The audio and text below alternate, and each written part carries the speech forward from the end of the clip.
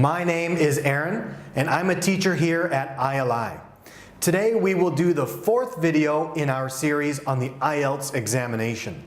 Today I'd like to talk to you about part 2 of the speaking test. Okay? We're going to share some tips with you. But first, let's talk a little bit about what the speaking part 2 entails. Okay? In part 2, you will be given a card. On this card will be a task for you to talk about for 1 to 2 minutes. Okay? Now, before you speak, you will be given 1 minute to prepare. All right? Now, this 1 minute will go much faster than you think.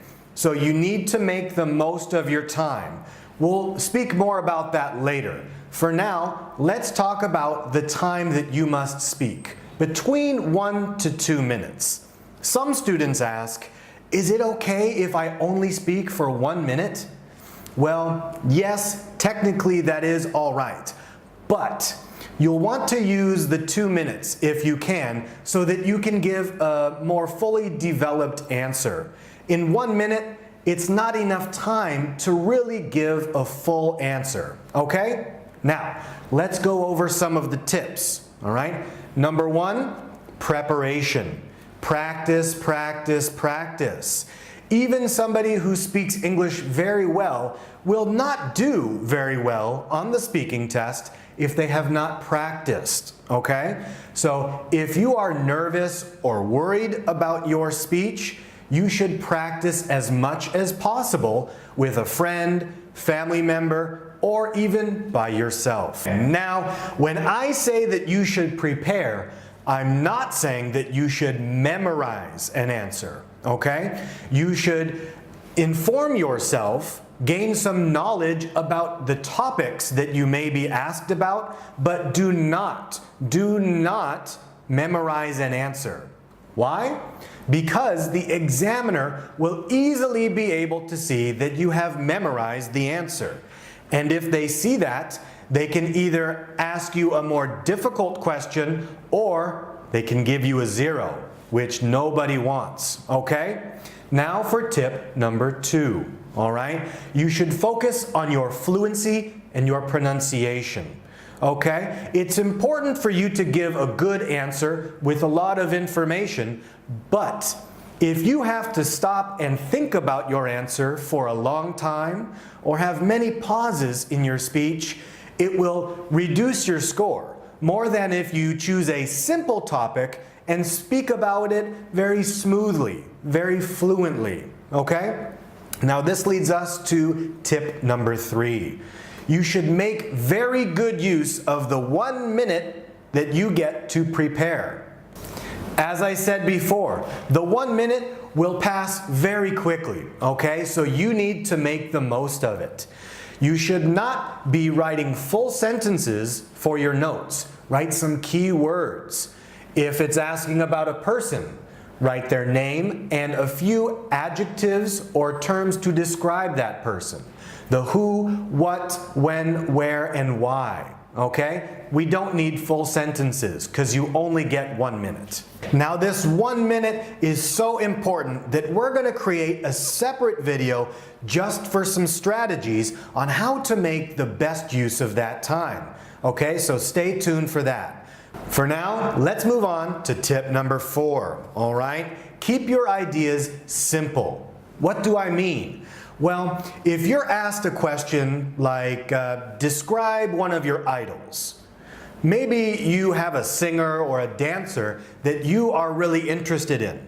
You could try to give an answer about them, but maybe you don't have very much personal experience or knowledge about them. It would be better to keep it simple, something closer to you, like a family member, a friend, a teacher. These are people that you can speak more easily about, okay? So choose something simple like that. Now, tip number 5, speak from personal experience. I've had students ask me, teacher, should we lie when we do part 2 of the speaking exam? Well, that depends. If you're asked a question that you have no knowledge about, then yes, you sort of have to make something up. You should not ask to change the topic. Under no circumstances should you ever ask to change the topic. So if you are asked about something you don't really know, all you can do is make something up and do the best you can. But this, again, is why it's so important to practice, so that you can prepare with many different topics so that no matter what you are asked about, you can give some sort of answer. So if you can, use your personal experience and history and knowledge to give a very fully developed answer.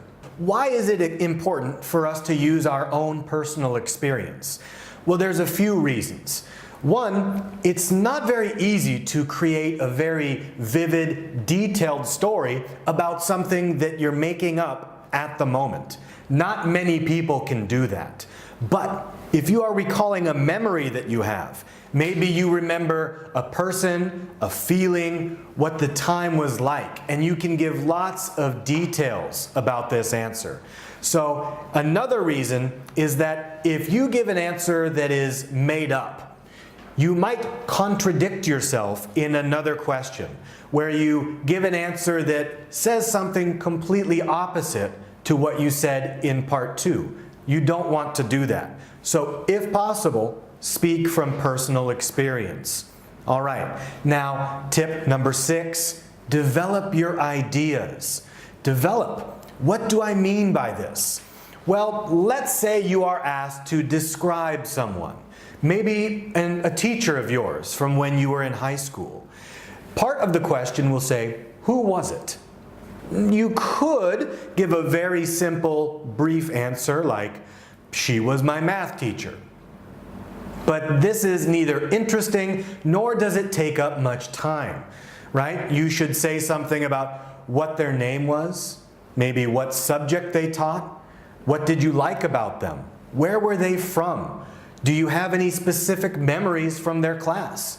What are some things that they taught you? These are all things that not only make your answer more interesting, they take up more time.